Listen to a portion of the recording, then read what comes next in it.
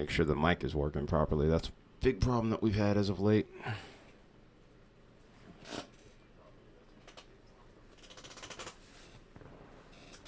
Okay, let's make sure I have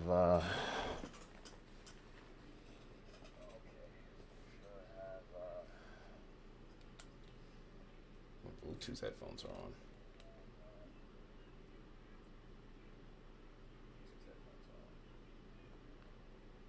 Okay, let's cut that off, and we should be good now. Alrighty, let's go ahead and I guess we'll get this going. Oh, I'm actually in the process of washing my bed right now. Apologize for the rough look.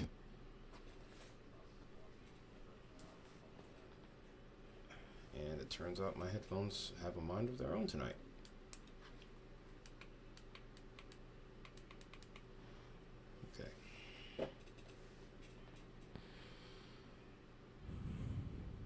There we go.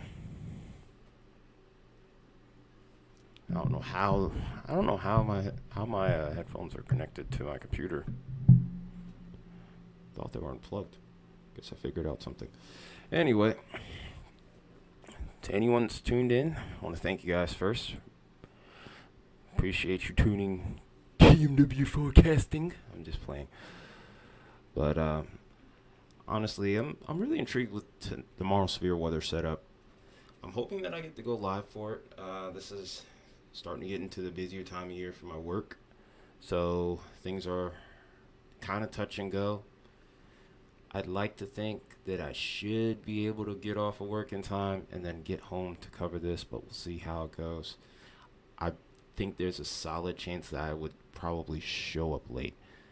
Hi, Shiori.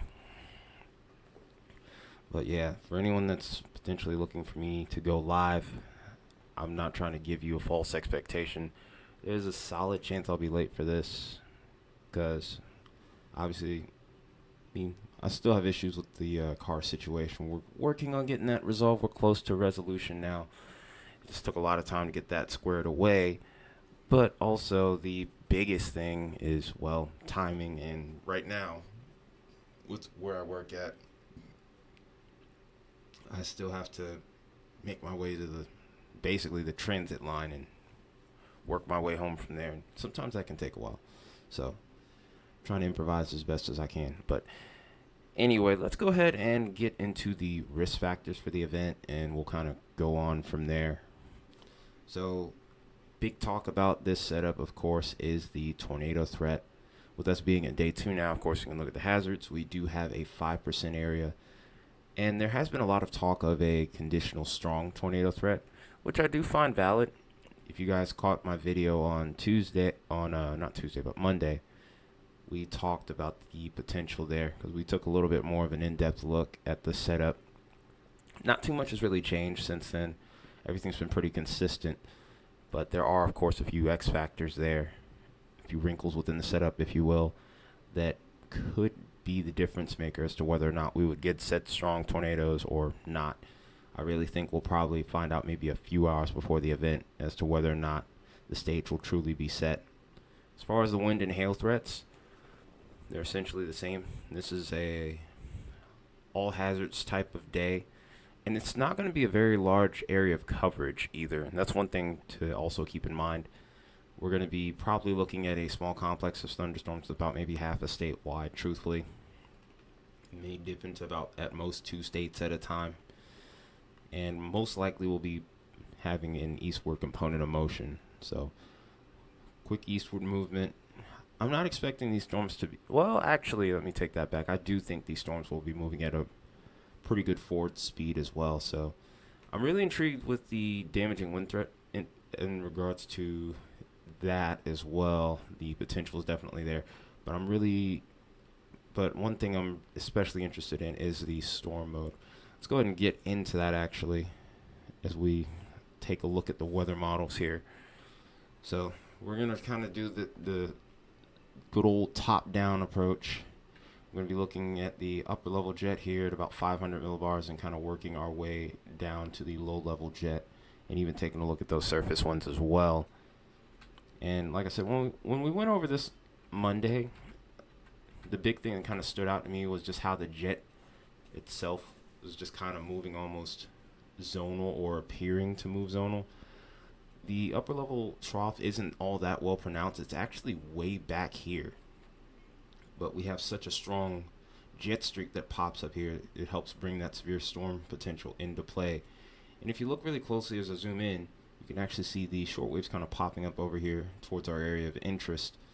So we already have an upper level lift mechanism. We do have the trough, which is helping to keep things going. And then really at that point, my biggest thing here is again the storm mode. Not the craziest amount of forcing that I've seen, at least at the upper levels.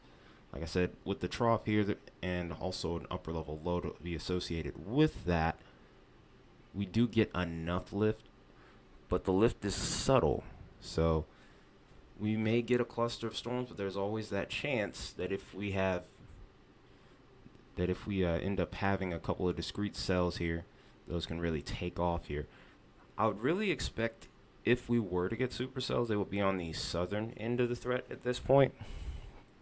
There is a small chance, and I mentioned this on Monday, that the threat does shift just ever so slightly to the south here. May include more parts of Kentucky. At this point, I would say Tennessee's probably in the clear, but we'll have to wait and see how things progress with that. And then over towards Ohio, West Virginia, it's also kind of a question. Still questionable outcome that ends up being with that. So this is what we're looking. So basically, this is what we're looking at, about 500 millibars. This would be around the time of initiation. We keep this going. The winds don't really go anywhere, so this is a storm system that should be able to sustain itself throughout the afternoon. And then as we get into the evening, this is when I would probably expect the fall off to begin to occur. The forcing will continue, but the air is going to become more stable. And I think in time, maybe as we head into Friday, maybe the northern sections of our severe weather threat could even see potential snowfall. The temperatures do seem like they would be potentially dropping below 32 degrees, at least closer towards the north as far as Friday morning. So pretty big contrast in regards to the conditions we'll be dealing with between tomorrow and really the weekend. So let's go ahead and look at the mid-levels. And this is where things kind of get interesting, and this is really the wild card, one of the first wild cards that I see here. The mid-level jet gets really strong over towards this region as we head into the day Friday, and a very well-pronounced not only shortwave but mid-level trough as well. This is a little bit more of that textbook look that you see with troughing. So pretty strong mid-level trough. Here's the low-pressure center right there. And you see a little bit of a maximum kind of popping up over here right around the early stages of this event. So like I said, depending on how this ends up playing out, we end up potentially getting a linear mode with this as well. I think this ultimately does end out as a linear convective system, but it's in the early stages where a lot of my questions remain with supercell development. Like I said, there's a shortwave that's well positioned right here, and I would love to see something a little further to the south to kind of help complement that a bit, but this would still be more than sufficient enough to get a supercell or two going if everything else were to come together here. So if we were to keep this going forward here, that shortwave continues to persist going forward, and then this, I'm not really too concerned about anything behind it because the air becomes more stable here, of course. And then, of course, the forcing pretty much starts to dissipate from that point. So our lifting mechanism is gone, and our stability and our instability goes along with that. So even after this storm system passes, we're still expected to deal with some very strong winds.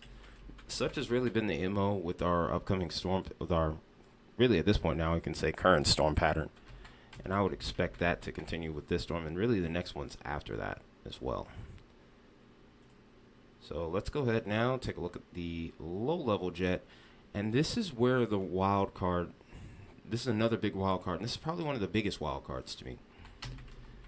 And this is where that conditional supercell threat really comes in, and also the threat for a strong tornado. Because we already have a pretty strong low-level jet in place. We have a stronger surface low at this level of the atmosphere as well. Well, not surface low. We have a lower level low. So yeah, it's triple L. That's try saying that like 10 times. Try saying that 10 times fast. Anyway, but by the time we get into the early afternoon, one thing I'm really paying attention to particularly is this little area that pops up right around where our storm initiation is. If these storms can mature pretty quickly, with a low level jet of about 40 knots, definitely seems feasible for a strong tornado to occur. I would favor that more so towards the early part of the event. But even as we get later into the day, it does kind of deepen as we get over here. So I'm expecting, if there was to ever, at any point with this event, be an enhanced risk, maybe with a hatched risk, probably thinking southern Illinois and maybe southwestern parts of Indiana, just based off of what we're seeing from tonight's HRRR here. Now, obviously, I think that's going to be a kind of what you would call a game time decision. Probably in the early morning hours, we would see the upgrade if it's going to happen, or it happens during the event itself, which usually isn't a good thing if that happens. But this little area where we could see potentially up to 50 knots in low-level jet here definitely is a red flag, to say the least. And it does preserve itself as well. So, like I said, I do think damaging winds are possible along this area as well. I wouldn't even be surprised if a 70-mile-per-hour gust is in the equation as well. So I do think that there is a decent chance that we see some kind of hatched risk. Personally, I want to lean a little bit more towards wind.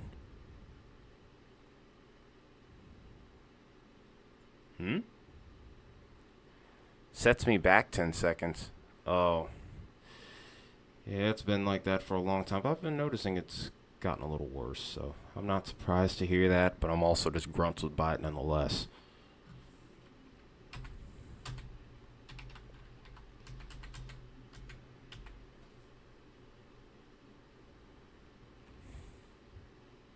You gotta love it. YouTube's finding more and more ways to upset their audience and their content creators as well. So, because it's hard to get anybody, hard to get out to people these days, it feels like. Anyway, enough about that. But as far as eastward progression, if these storms can somehow maintain instability, I'm kind of interested in seeing what happens with Ohio, maybe even parts of Pennsylvania as well. Threat really drops off over there, most likely due to lack of instability, but nonetheless, it's something that we'll have to pay close attention to. All right, so let's go ahead and get a look at probably what I think is the biggest X factor right now, and that's going to be the moisture content here. We're also going to, of course, take a look at the surface temperatures. I wish there was a way that I could put these two in phase, but haven't really quite figured that out just yet. So this is where things really get interesting to me, is we do get a better moisture return than what we've been seeing in previous days here. We're just skimming the surface of those 60s here, which is about that minimal threshold that you would need for severe weather. You really want to be in the mid 60s, but it's out of season to really get moisture returns in general. And this is where a lot of the doubt comes in for this setup. We just don't really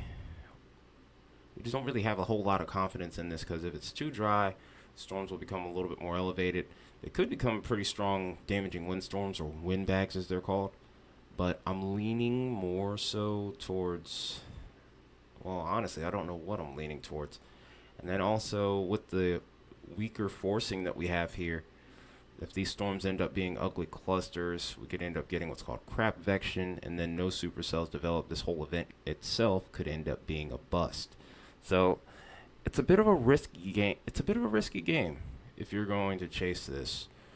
Like I said, there's a lot of wrinkles with the setup here, but this has been the most apparent one to me, and probably a lot of others that go along with it. Like I said, I do think storms will end up firing.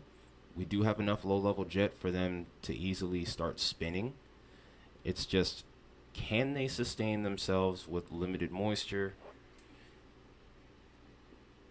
And then the other thing that I'm kind of paying attention to, and I should have probably switched over to this map to begin with, I want to look at the wind barbs towards the surface. because we do get some decent winds that are coming directly from the south as well. And that does lead me to wonder that if that moisture were to be bolstered just a little bit before the event here, we could really see an increase in severe activity as well. As far as surface temperatures are concerned, I'm not expecting too much of an issue here. We are in the mid 60s. Preferably when you're looking for severe weather setups, you kind of want to be a little bit warmer. There is a little bit of a temperature gradient that pops up here where you see this drop off from 55 all the way to 65, 66, maybe even pushing towards 70. So there is warm air feeding into this. We would really probably be looking for a storm that would be riding along a boundary, so to speak. And I'm kind of curious to see as to whether or not we end up seeing an outflow boundary, because that could be another key factor that changes the game. Like I said, this storm system just has a whole bunch of intricate parts to it that are fluid and could easily change, and as a result could ultimately change the outcome of the event.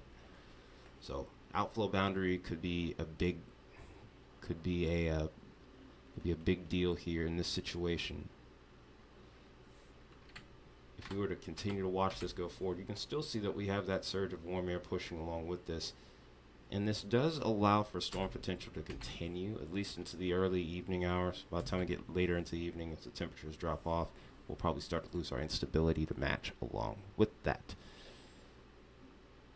So, really interested to see how that plays out. 10 sig? Hold on a second. What? That is a little bit much.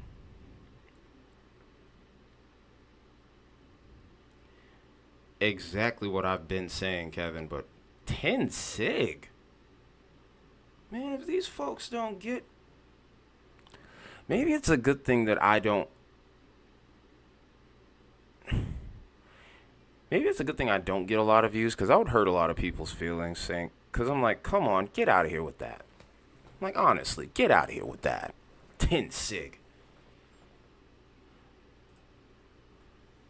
And moreover, why would you want a 10 sig? This area has a good bit of population too. So if you're going to be on the ground chasing that, good luck to you, A, and B, you ready to deal with that aftermath?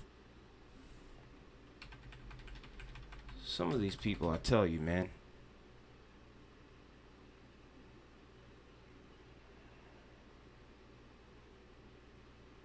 Goofy. That's just the best way to describe that.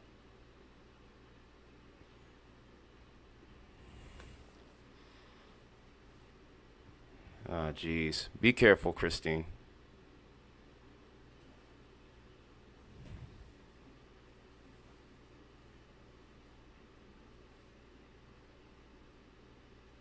Not that they want it. Yeah, there's a few cities sprinkled in there. Yeah, I don't know what's going on with YouTube. I've noticed a lot of discontent with YouTube as of late from a lot of people, and if I'm being honest, I've been having some issues myself.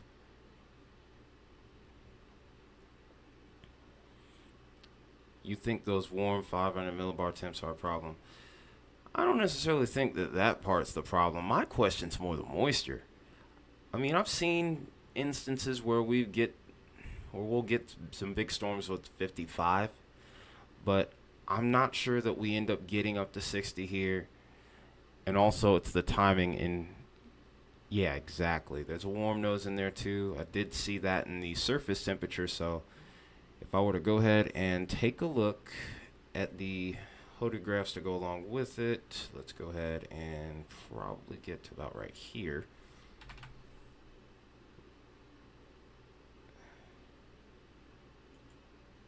So this will be right around the time of initiation. Yeah, it's a little early. Let's go about 1 hour.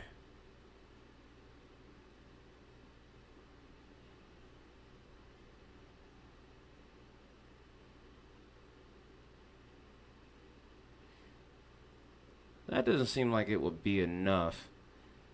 Like I said, it's the lack of moisture and surface temperature around this area where we have the best cape where things aren't really mixing together. And the best way to be able to tell that is by looking at these two parameters here. The free condensation and the condensation level. Both of those are a little bit elevated here, so this would probably be more of a hailer than anything else with this. There's decent damaging wind potential, but you want that air to be a little bit more ripe, especially towards the surface.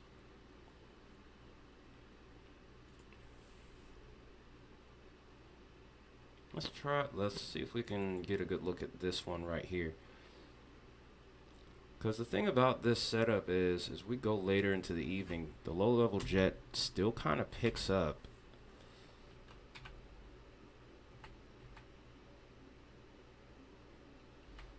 But really, I think the time frame for this event, its peak probably is in the early to mid-afternoon.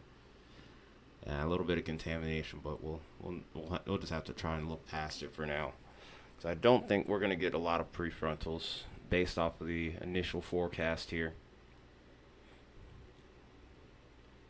Now this I find a bit interesting, and I also don't really buy it, and this is where the contamination occurs, of course. But if we were to go off the wind profile, this looks pretty solid. Not the craziest directional shear, but it's there. This is a solid hodiograph, but even then, I don't see how you get a SIGTOR of 10. That's insane. Lapse rates are decent. This isn't going to be... Now, one thing I want to make clear is that you don't... by no means is this going to be like a big super outbreak type event. It's going to be probably maybe 2 or 3 storms at the time that'll probably be going severe. So yeah, I don't understand why people are calling for a 10 SIGTOR. Like honestly, somebody honestly needs to pop them upside the head. It seems more like people are trying to get clickbait than actually take a real look at this. Like I'm sure hoping that there aren't any bigger YouTubers that are doing this.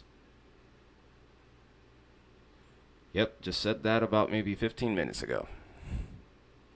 Actually, probably less than that, more like 10.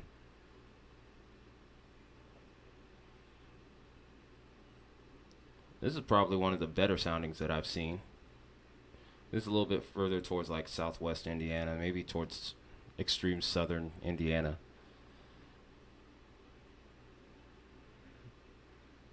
Yes, exactly. That's the point. This is exactly the sounding I wanted to find. To show basically the peak potential. Because we already found the sounding where we're on the lower end of the spectrum. This is where the surface temperatures are good. We have good dew points. Lift index is good. Those cloud bases are low. And also a good wind environment. And a good shear profile here as well. So if it all comes together, this is what it could look like.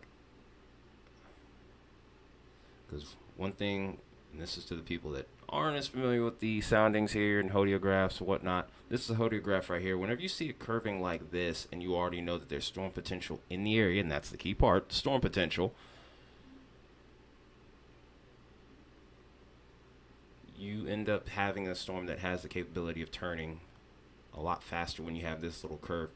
And then also, if you go up the y-axis, which is this vertical point, which is the vertical line here, that is stronger wind shear at the surface. And as it turns this way, you get that. You put that all together, and you get that counterclockwise spin within the lower levels. This is how you get your tornado threat. Interesting thing to make note of too is that if these do end up becoming supercells, they're going to be kind of on the more photogenic side.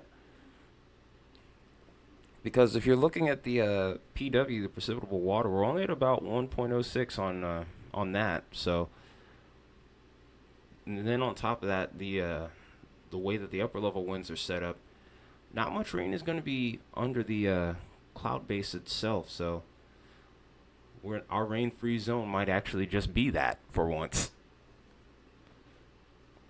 which at least you would have good visibility, which is a positive.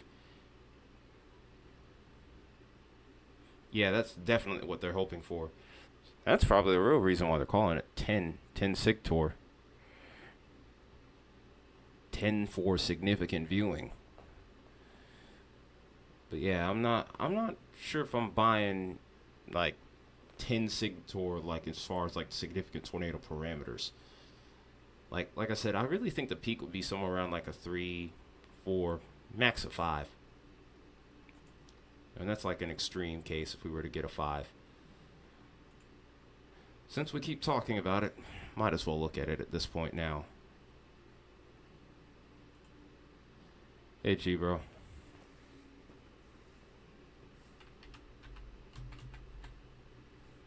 Okay, so here's the peak number.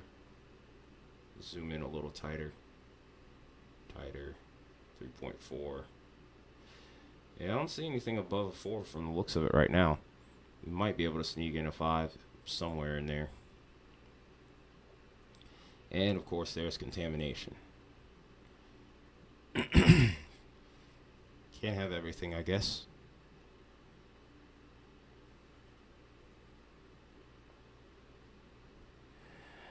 Yeah, I'm not using the, yeah. And then another thing to remember, we're now looking at the 0ZH triple R. That's finally in now. So, yeah. At that point, I wouldn't say throw out 18Z, but definitely want to try to get a look at the new model data. Try to be as up to date as you can.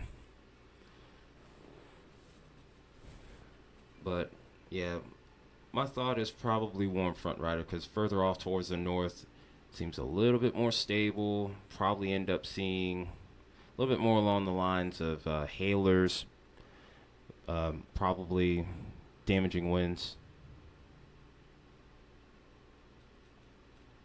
Yeah. And I mean, I'm honestly not surprised by that. And this is probably this is really the first time I've gotten to look at models since maybe lunchtime as well. So even then, just reading the synopsis, I had a thought that something like this would occur, but gotta wait. But I'm always the wait and see type.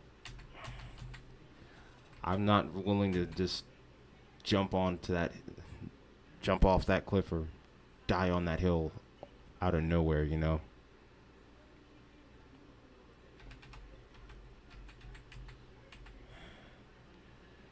But I bet you hardly anyone is posting about Zero Z. All the people that were talking like, oh, this is a 10 Sig Tour event. They're not saying anything now because it looks like, honestly, we get some crap vection here, too. These cells look like they're a little bit on the messier side. And the updraft velocities aren't really showing up unless you're further off towards the north where it's more stable.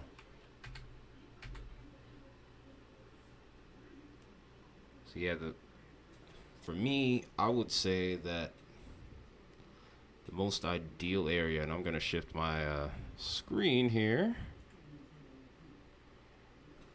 so that way I can mark, so that way I can do some marking here. Oh, wrong button. There we go. But yeah, I would say that the most ideal area will probably be somewhere around here. I drew it a little wide, so I ended up including parts of Kentucky. But I would say probably somewhere around this zone here would be where I would have like the greatest chance for a conditional. That's the key word, conditional significant tour threat. I'm not really, as of right now, I'm not really thinking that it's going to happen.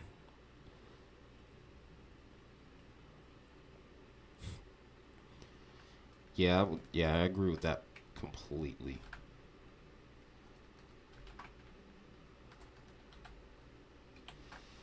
I mean, I'll still go live for it one way or another, but I'm not expecting anything of major significance right now. Geez, I cannot draw today. I genuinely cannot draw today. But yeah, that line looks like it holds up pretty good as it heads towards western Ohio. I mean, like I said, it's probably worth streaming, but anyone who's thinking that a big outbreak happens, then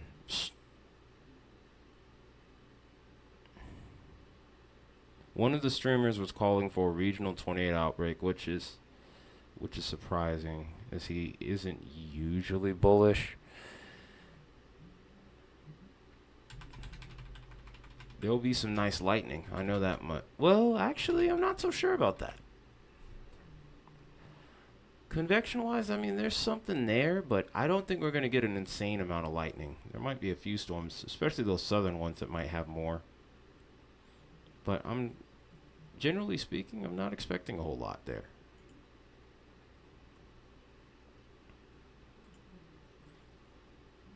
Let's actually check that.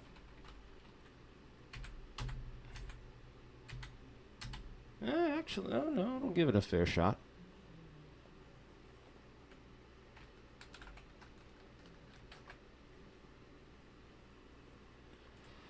Yeah, if the supercell's fire, then we're talking business. Because I mean, you have a 50 knot low level jet in some places between that zone that we talked about, and that's where things start to get real spicy.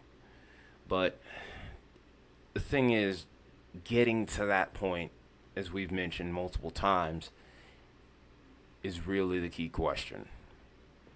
And honestly, I'm leaning towards. I'm still on the fence, honestly.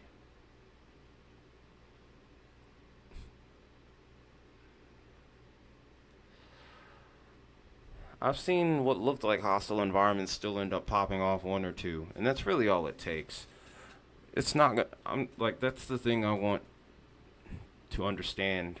I want people to understand is the fact that, quite frankly, this was never going to be a large scale event. This was going to be kind of a condensed severe weather event where a few tornadoes could be possible. It will probably be somewhere closer off towards the south.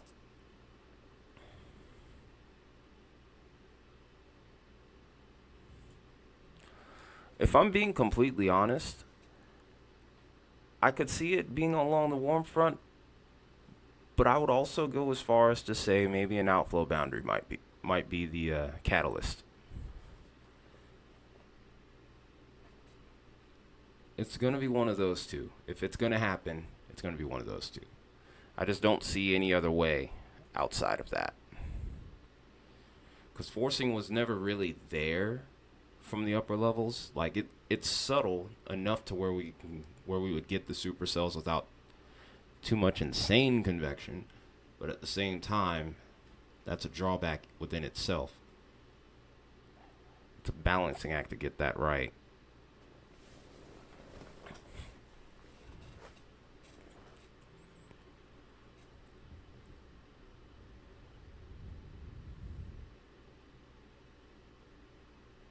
Yeah, it's gonna be. Well, I'll see if I can even get off work to even cover this. Like, if I can get off work fast enough, we'll see what happens. I'm gonna take a look at a couple other models while I got some time. 'Cause I'll have to go to bed soon. If I can get into work earlier, maybe I might have a shot at getting things done. If not, it's okay.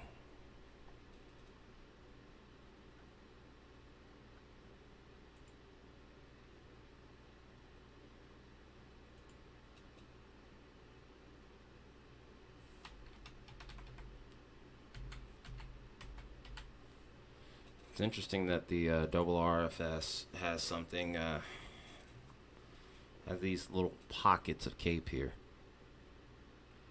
I'm trying to understand what model they were looking at. No, I don't know if I want to look. Well, do I want to look at 18Z at this point? It almost kind of feels like it could be irrelevant.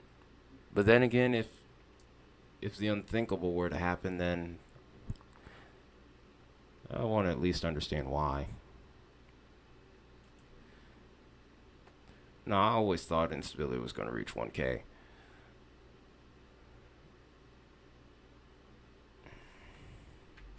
Mm.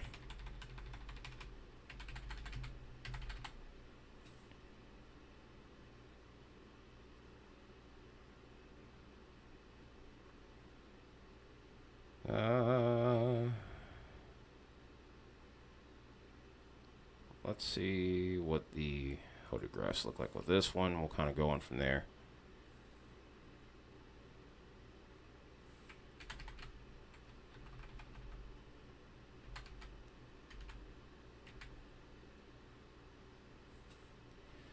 If anything, if I was to go with double RFS, I'm saying maybe maybe the Kentucky border. Even then, it's not looking incredible. Forcing there is honestly far worse, if I were to say so myself. Let's go ahead and look at the reflectivity then. Well,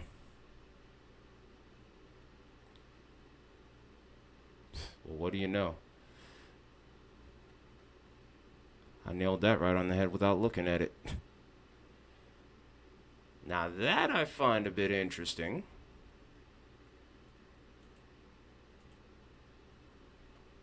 Try to look just ahead of the storm here, and yeah, okay. Yeah, too stable. Just as I thought.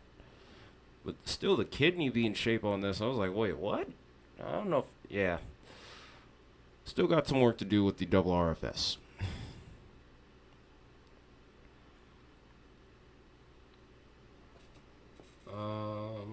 Alright. Is NAM coming in? Yes, it has. It has come in completely.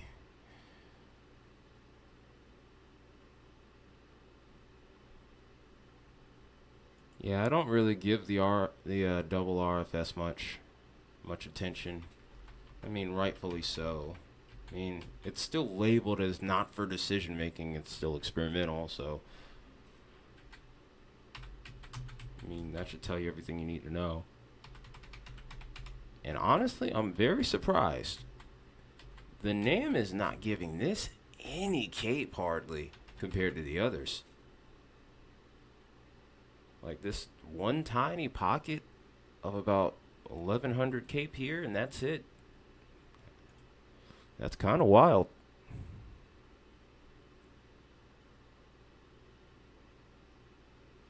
Yeah, I don't know what's going on there. That honestly has me pretty shocked, because normally the NAM is probably like the end of the world. Yeah, exactly.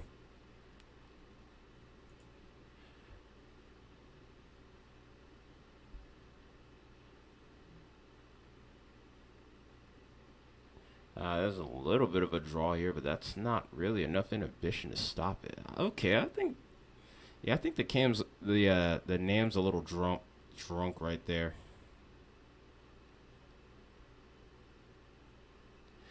But how are you gonna have a surface inhibition of only -8? Okay, that's weird. Yeah, okay, NAM's drunk. NAM might be drunk there.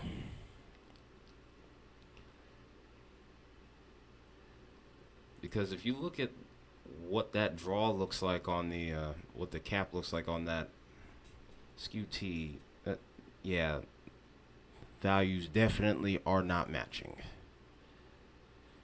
Let me look at this real quick though while I'm at it. Yeah.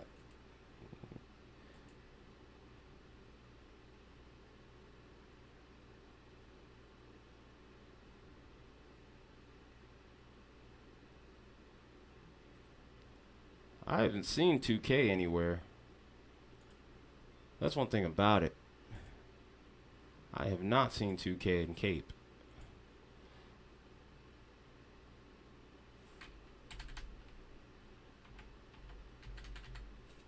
Well, actually, it was like maybe 16, I thought. Well, it is pretty close right here. This is towards like southeastern Illinois. Yeah, it was like 1698. Wait. Maybe it was the one over here. I need to go back to 0Z then. Just so I can get the full range here. Was it right here? I think it was right here.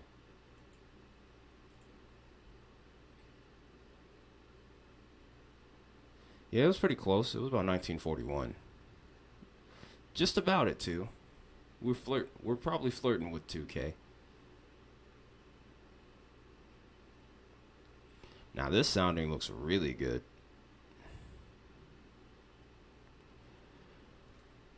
Well, this is the upper echelon of the ceiling. If we can get to that point, that's really, like I said, it's gonna be this is gonna be a crapshoot trying to figure this out. Yes, that's a nice sounding indeed. You're talking about probably going from 15 all the way up to about 40 from the 0 to 1. So the shear is at about 27. That's actually really good for surface level.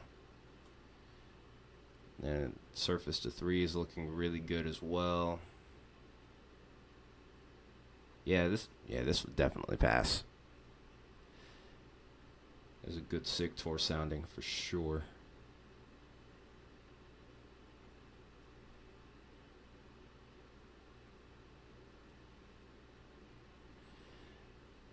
Yeah, I don't think it would be enough to stop it. This was never going to be one of those textbook setups. This was always going to be one of those gray area setups. I saw that from the very beginning. When I looked at it last weekend, even before we ended up getting a slight risk, I was almost barely paying attention to it then. You could kind of tell that this was going to be one of those really weird setups. Still, it was enough to where you knew that this region was going to be a point of interest, but I was surprised at how quickly we ended up getting that slight risk. I thought it would have been like maybe a day 2 situation, if it would have turned into anything at all. Not day 4. All right. Shoot. I'm trying to think. What do we do now? 'Cause actually, I know exactly what we're going to do. Because we need to go ahead and take a look at the weather pattern after this point. Then I guess we could run through some questions after that.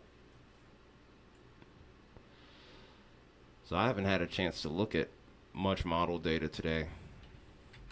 So I'm kind of playing catch up. So I guess you can almost kind of call this a reaction in a way. But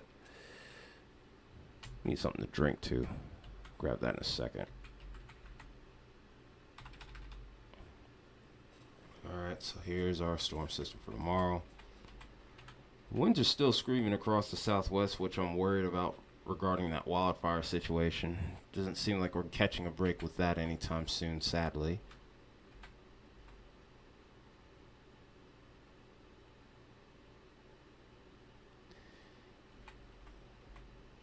Yeah, I don't mind using ensembles, but I don't use them much, only because of the time frame in which I try to get up a video. Ensembles take forever to load on this website, so kind of puts me in a tough spot. Really, it's like that with any website that I use, because I can't afford Weatherbell or anything like that, where it seems to upload a little bit faster, because $20 a month is a lot. Especially since I'm trying to get ready to be out here in the action every once in a while, if the opportunity presents itself. Then I got a lot of stuff going. Then I got a lot of other personal stuff going on this spring.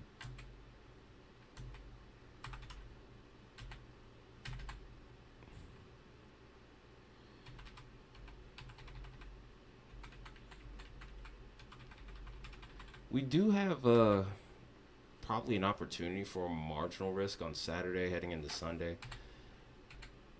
I wouldn't expect much of anything to come out of that either, but I definitely wanted to double check.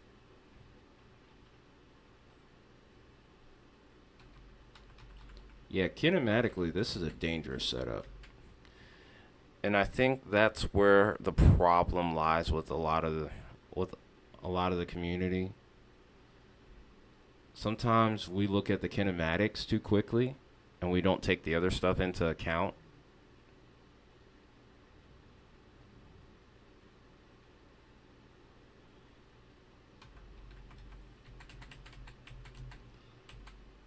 mean, I think some of us have wisened up a little bit over the years, especially those of us, I guess, who lived through the super outbreak in 11. Because I did too, and I'll admit I've made some mistakes over the years looking at kinematic setups, and I'm just like getting overly excited because I'm thinking, oh my god, it's happening again. But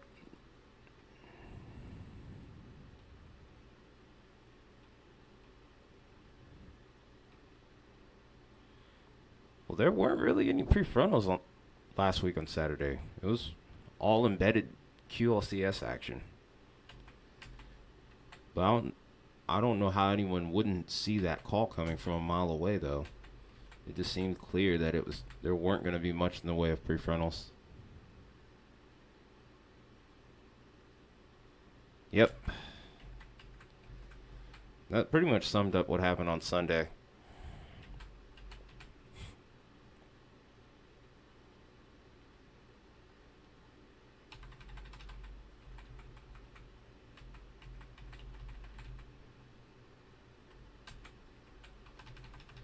At least as far as severe weather is concerned, it looks like the start of next week isn't too bad. Winter weather might be a big thing.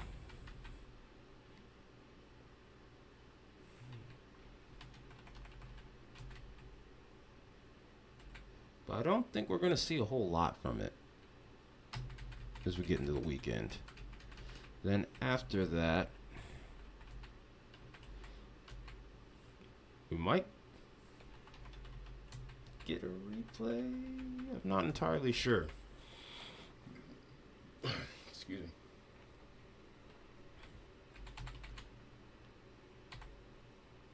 Yeah, it's too cold there.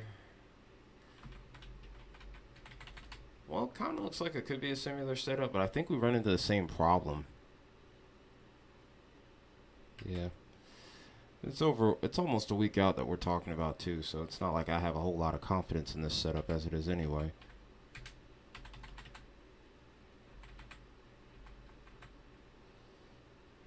Warm sector not really there right now.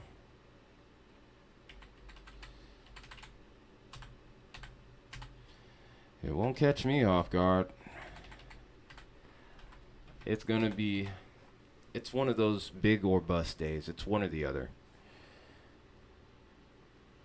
That's what it strikes me as. It's either big or bust. You're going to get one or the other, and then that's just going to be it. I think the following days aren't really going to yield a whole lot in regard to severe weather potential or production. Now, this looks kind of interesting.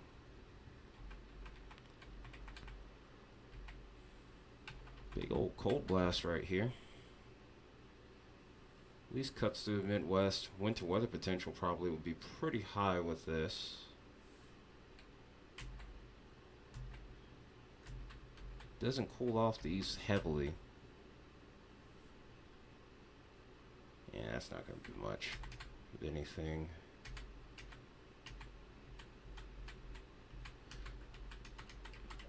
But it does look like it could push us back into our previous pattern.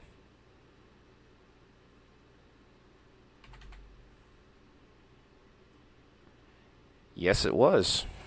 It was indeed impressive. It was close to 30. Last time I checked, it was about 22.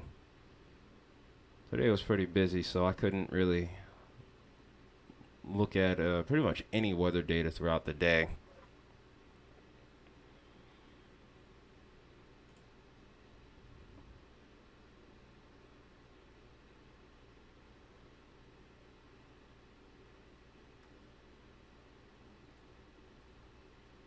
Oh, I know what you're talking about. I was on there. I was live. I was covering that one. Oops. Need to go back to the very beginning.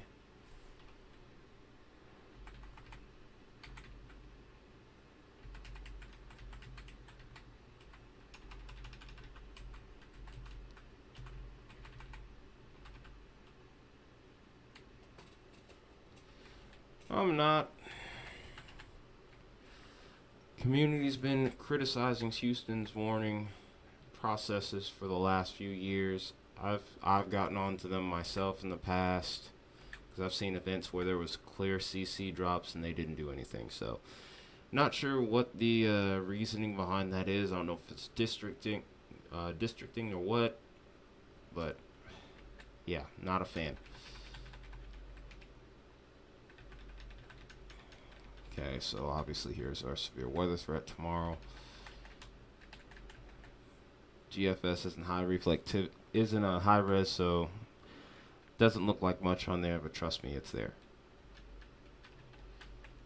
So this is kind of a two-rounder, but it ends out as rain over for the Northeast as far as the winter storm potential goes.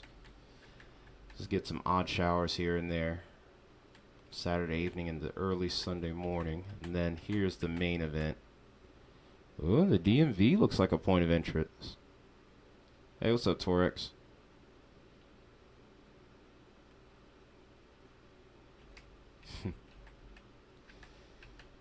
I don't like using the GFS in the short range.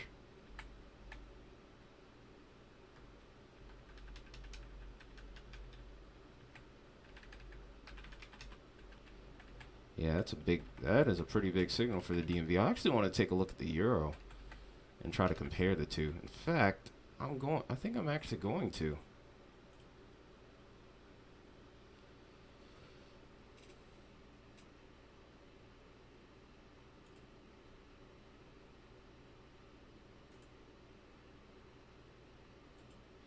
Actually, I got a better way of doing that.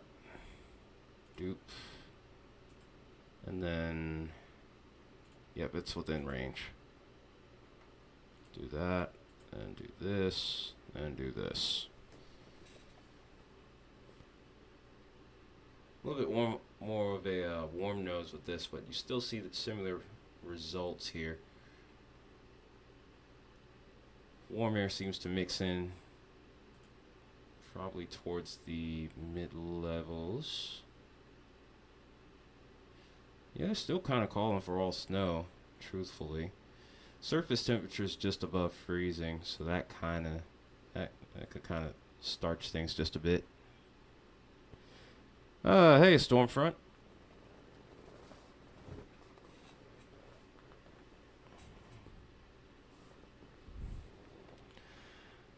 Well, Kevin, I mean, we've seen them do that. Hey, Mama G.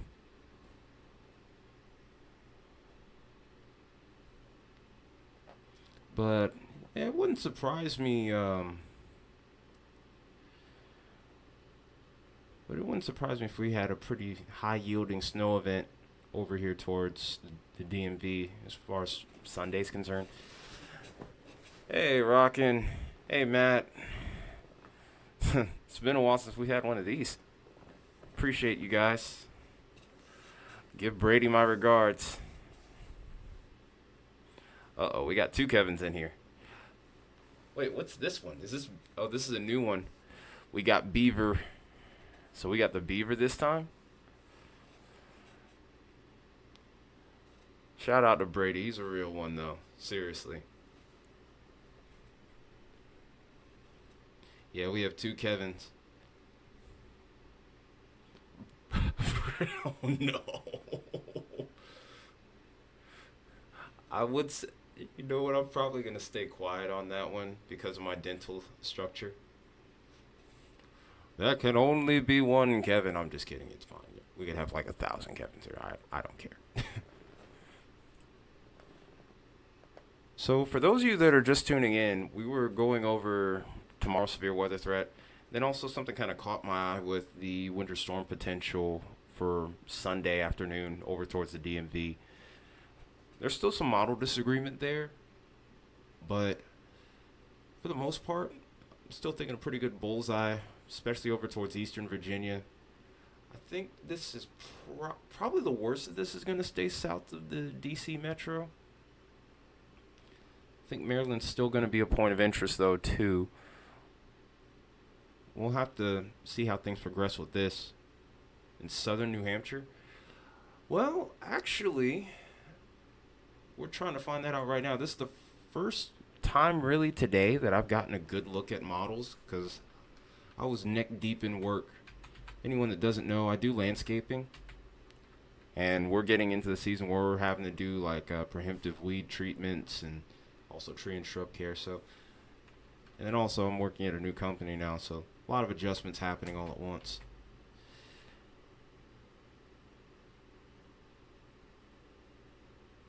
Hmm.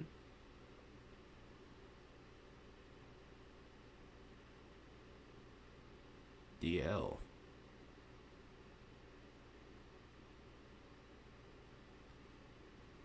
Yeah, I guess that's not meant for me. I don't know. Besides, I'm single right now. But yeah, as far as New Hampshire is concerned, by the way, I think that was Kevin Sparks that asked me that. Looks like you end up being on the lighter side. Now, keep in mind, we know that these storm systems like to wobble a little bit. If it pushes further to the north, I think that increases your snow totals, but you shouldn't get buried, at least from this one. Oh, okay, DL.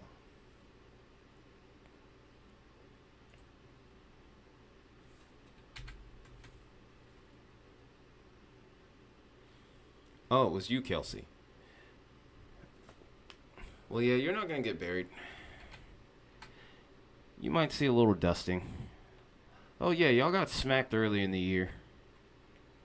Y'all definitely got smacked early in the year. But yeah, both the GFS and the Euro kind of spare you guys. If you do get anything, at least at this point in time, it looks like it's pretty light.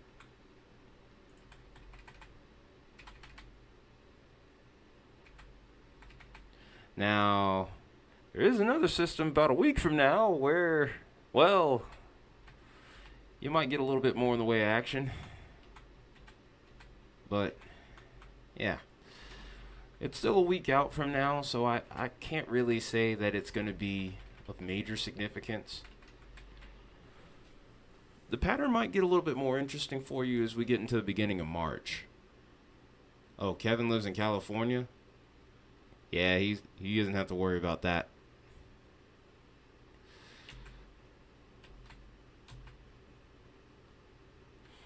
Bombing. Yeah.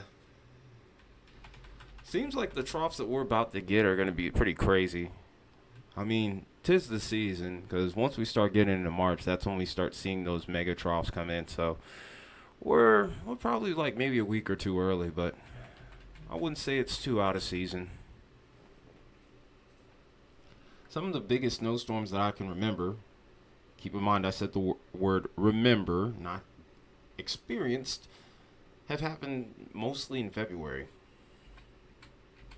Anything that I've experienced kind of happened more, well, actually, yeah, that actually holds up true. It is February. Daggone it. But, what was I saying, though? We had a few big ones in March. We even had like a surprise one in April over here. For anyone that doesn't know, I live in Georgia. I guess we can close out the Euro now since we can only go to 144 hours. Yeah, it's the middle of February, but usually around this time is when we start seeing those mega troughs coming in, or the like start of that season. Wow, you didn't know that? I thought what was his name? I thought that Griff had told you that. Yeah, yeah, I live in Georgia.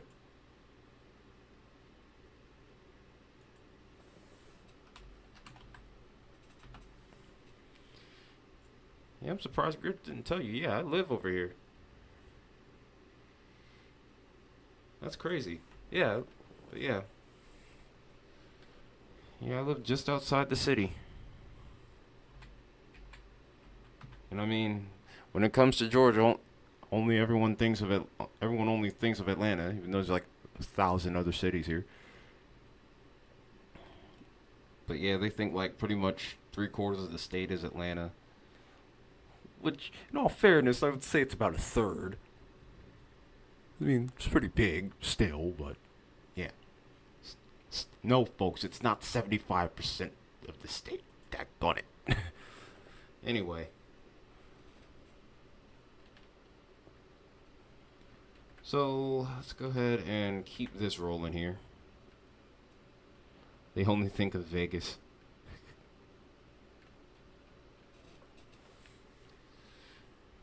Hey, that's kind of crazy to me, because Birmingham isn't even the capital.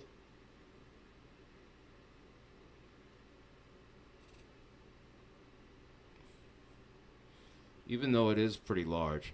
I've been to Birmingham, but I really like Huntsville too. I really liked Huntsville.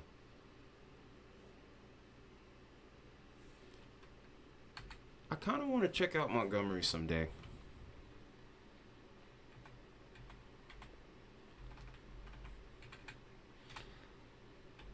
Okay, so it looks like towards the end of the month we have a little small scale system. We'll have to watch that because this is within that 10-day time frame. Sometimes these will end up upscaling. At this point, it's kind of hard to say. I'm really favoring a lot of action over here towards the Great Lakes and maybe the northern states as far as winter weather goes. And then here's that big cold push that I was talking about that comes in at the beginning of March here. But it doesn't look like it hangs around for long. But the only reason I'm interested in that is for this particular scenario right here. Now, obviously, once we get past 10 days especially, I don't really like I don't really like hyping anything up. But obviously, when you get a cold push like that, you get a low pressure coming into play, especially if we have any Gulf moisture coming into play, which it does seem like we have a little bit, then you have to watch out for this. And then we get a little reinforcing shot here right around the second into the third. And then we'll watch this maybe head into the DMV. Of course, like I said, again, 300 hours out. Not a lot of confidence to be had there. But something to watch nonetheless. And then here's another push towards the 6th, which kind of intrigues me as well. But we're at the end of the model run here. And this is usually where nothing but pure madness happens. Anything past like 320 hours is like... You'll probably see this disappear within the next run or two typically. Especially during severe weather season. Yeah, that's pretty much a general rundown of what's going on with the weather models as of late, and also our winter storm potential. As far as severe weather is concerned, I still think it's kind of touch and go. We might have a couple of opportunities, but I think they're going to remain on the lower end of the scale. So I guess if there's any questions, feel free to ask. So I'm going to have to go to bed soon to get ready for work.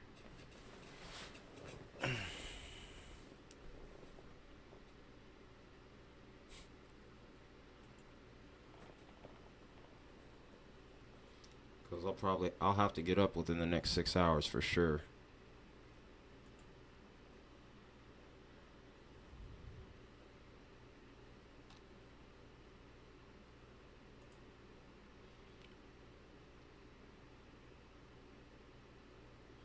And also just a quick little review here. This is our slight risk area. Plan is to go live tomorrow if we can get off of work fast enough. I'd say that that's 50-50. If we do go live, I'm probably will be late. Not going to give you any false expectations on here. Right now, car situation's kind of touch and go, so probably taking the transit line home. But that can always be touch and go in its own right. So I don't really know. Yeah. Griff's in a hype clip. I'll have to watch that after the stream because I don't want any issues with copyright.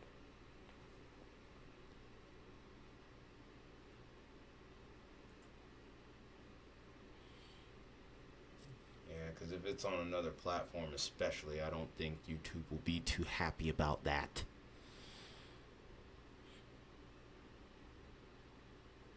Alright, so guess last chance for questions. You want me to talk about weather in your area, or if you haven't, or if you just kind of want to elaborate on anything, just let me know. Alright, well, I guess that's good. Wish there was really more I could do tonight, but I have to be up at like 5 a.m. so I can be at work by about 6:30, because you really underestimate just how quickly time passes when you're half asleep. Like sometimes I'll literally just sit in bed for about like 15 to 20 minutes trying my best just to get up and not go back to sleep. So, yeah, there's always that. Yeah, apologies on that. We'll try and find more stuff to do on here. Even going beyond just the typical weather discussions. But also, at least for right now, still have my Discord server as well. So if you want to join that, I'll leave the link there. But mainly, I'm trying to also expand. If anyone has any ideas there, feel free. Because I've been hearing some things about Discord's new privacy policy that I'm not necessarily a fan of. I'm not sure if I'm with it. So I don't know about that one. But with that in mind, everybody, I guess take care and have a wonderful rest of your night. And it looks like the Streamlabs bot isn't even working. Arg. Yeah, it's not working. I have to recalibrate it again later. I'll have it up by tomorrow, but everybody... Oh, I don't? I was about to say, because I'm like, are you serious? I've been a part of Discord since like 2018. I was about to say, like, come on, you gotta be joking. But yeah, everybody have a good night. I'll see you all hopefully tomorrow. If not, we'll put something. We'll put up another video. We'll probably put up like a. We'll be doing the Weather Nerd 101 video soon anyway. We'll be talking about storm modes on that. But yeah, everybody have a good night. Oh, I already got 2 factors, so it's not a big deal. All right. Don't be a stranger, Kelsey. Good night, everybody. Sleep well. Stay safe out there. I hope to catch you guys again pretty soon. Good night.